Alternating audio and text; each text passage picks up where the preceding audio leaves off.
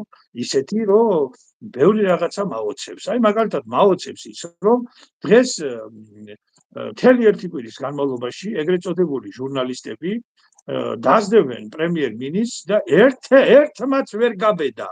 ეკითხა რომ ბატონო პრემიერ-მინისტრო ესეთი და ესეთი რაღაცები დაიწერა გაზეთ დასავალში, გამოვიდა კაცი და თქვა, რომ ესეთი და ესეთი რაღაცები გაგიკეთებიათ და აზერბაიჯანისთვის თურმე მიგიციათ დავით გარეჯის სადავო ტერიტორიები და სერგო ორჯონიკიძის სახელით შედიხართ საქართველოს ისტორიაში.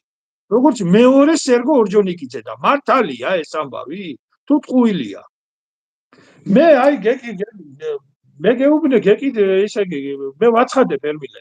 ესე იგი მაქვს ჩანაწერი 9-ჯერ ვეკითხები კაცს რომ ნახეთ ბატონო ლაზარე ნახე აი ამის შემდეგ ეხლა აგერ არის პრემიერ-მინისტრი აგერ არის უშიშროება აგერ არის შინაგან საქმეთა სამინისტრო აგერ არის პროკურატურა მე ვფიქრობ რომ აღნიშნულ საკითხთან დაკავშირებით უნდა დაიწყოს გამოძიება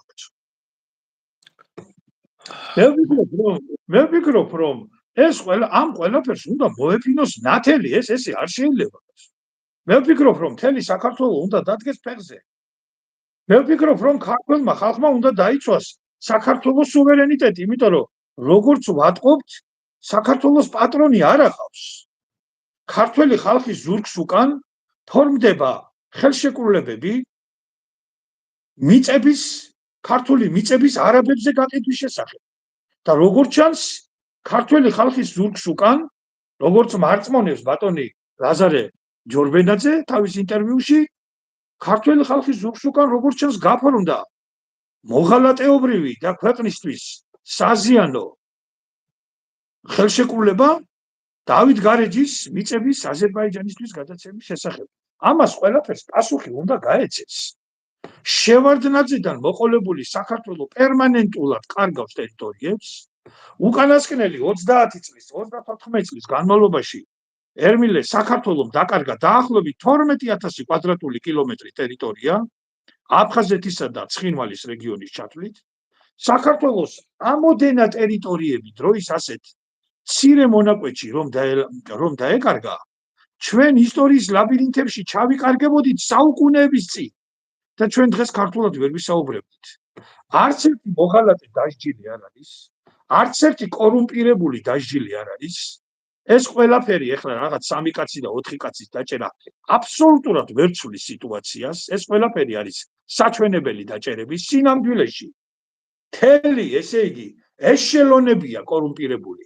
სახელმწიფო ეშელონებია კორუმპირებული. მთელი სისტემებია, მთელი დეპარტამენტებია, მთელი სამინისტროებია. პარლამენტში ზის ის კორუმპირებული ხალხი. ეხლა რო არის ატეხილი ერთი ამბავი, რომ აი პროდუქტები გავაიაფოთო და სამარცხვინო სასაცილო სიტუაცია, კვერცხი გაიაფებულა თურმე 5%. საქართველოს კვერცხები ახლა კვერცხზე გაიაფებდნენ. ნუ ესე იგი ერთ სიტყვით ეხლა კვერცხებიანი კაცები და კვერცხებიანი ქალები ეხლა გამოხდე პარლამენტში და ეხლა ეს